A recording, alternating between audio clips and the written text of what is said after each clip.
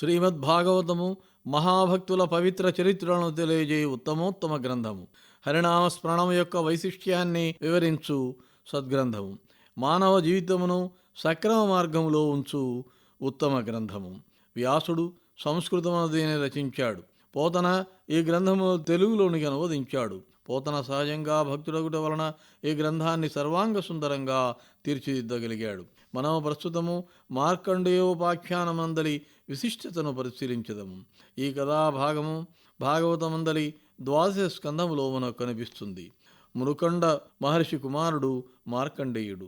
భక్తి తత్వం ద్వారా మృత్యువును జయించిన మహాభక్తుడు మార్కండేయుడు. అతని భక్తి ప్రపత్తులను పరిశీలిద్దాము. మునుకొండు అను ముని హరిని తలచుచు బ్రహ్మచర్య దృఢ దీక్ష చేత తపము చేయనారంభించాడు. ఆ తపమునకు మెచ్చి శ్రీహరి ప్రత్యక్షమై వరములను కోరుకునమనగా పుత్రుని ప్రసాదింపుము అని అడుగగా హరి అంగీకరించి పుత్రుని ప్రసాదించాడు. కానీ అతడు అల్పాయుష్కుడు. మృత్యువు అతనిని పాశబద్ధుని చేయగా అతడు దానిని ఎదిరించాడు. 10,000 సంవత్సరాలు భగవంతుని గూర్చి దీక్షతో ఆ బాలుడు తపస్సు చేశాడు. ఆ తపస్సుకు లోకములని దద్దరిల్లాయి. అప్పుడు ఇంద్రుడు అతని కడకు అప్సరసలను పంపి అతని తపోభంగమునకు ఆటంకమును కలిగింపమని ఆదేశించాడు. ఆ అప్సరసలు తమ హావభావములతో అతనిని వశీకరించి తపోభంగము చేయుటకు ప్రయత్నించారు. కానీ దృఢ దీక్షాపరుడైన ఆ బాలుడు వారి చేష్టలకు చెలించలేదు. అందువలన వారు ఆ విషయమును ఇంద్రునికి చెప్పారు. అతని తపమునకు హరి ప్రత్యక్షమై వరమును కోరుకునమనగా ఈ శరీరముతో అనేక యుగములు బ్రతుకుదును అన్నట్లుగా చేయుమని అతడు కోరాడు. అందులకు ఆ మహాత్ముడు అంగీకరించాడు.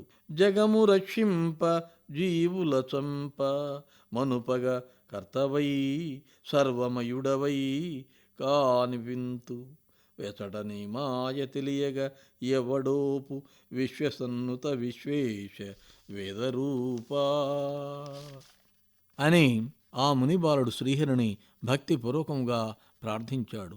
బ్రహ్మాది దేవతలు కూడా నీ మహిమలను ఎరుగరు. అయినా నేనెంతటి వాడను స్వామి, నీవు విశ్వమయుడవు అని పలు రీతుల అతడు హరిని స్తుతించాడు. జగముల స్థితిగతులను తెలుపుమనగా హరి వాటిని ఆ మునిబాలకునకు వివరించాడు. ఆ తరువాత అంతర్ధానమయ్యాడు.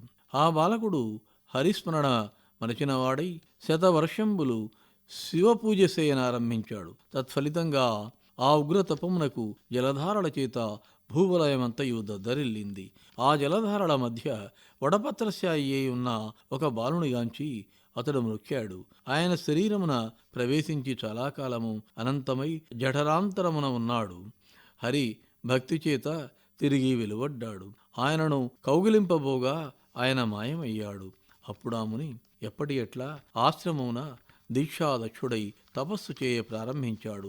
పార్వతీ పరమేశ్వరుడు అతని తపస్సుకు సంతసించి ఆకాశము నుండి క్రిందికి దిగి అతని హృదయములో ప్రవేశించారు. తదుపరి తమ దివ్య స్వరూపమును ఆ ముని బాలునికి చూపారు. అప్పుడు ఆ ముని బాలకుడు వారిని అనేక రీతుల భక్తిపూర్వకంగా స్తుతించాడు.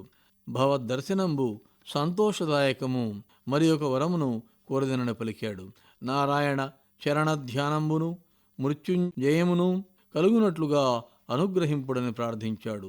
శంకరుడు సంతోషించి జరారోగ వికృతులు లేక కల్పకోటి పర్యంతము ఆయువు పురుషోత్తముని అనుగ్రహంబును కలుగునని చెప్పి ఆ మహాదేవుడు మాయమయ్యాడు. ఈ మార్కండేయుని కథ పరమ పావనమైనది. భక్తి ప్రపత్తుల చేత తపోదీక్ష చేత ఆ మునిబాలకుడు మృత్యువునే జయింపగలిగాడు. భక్తి వైశిష్ట్యము చాలా గొప్పది.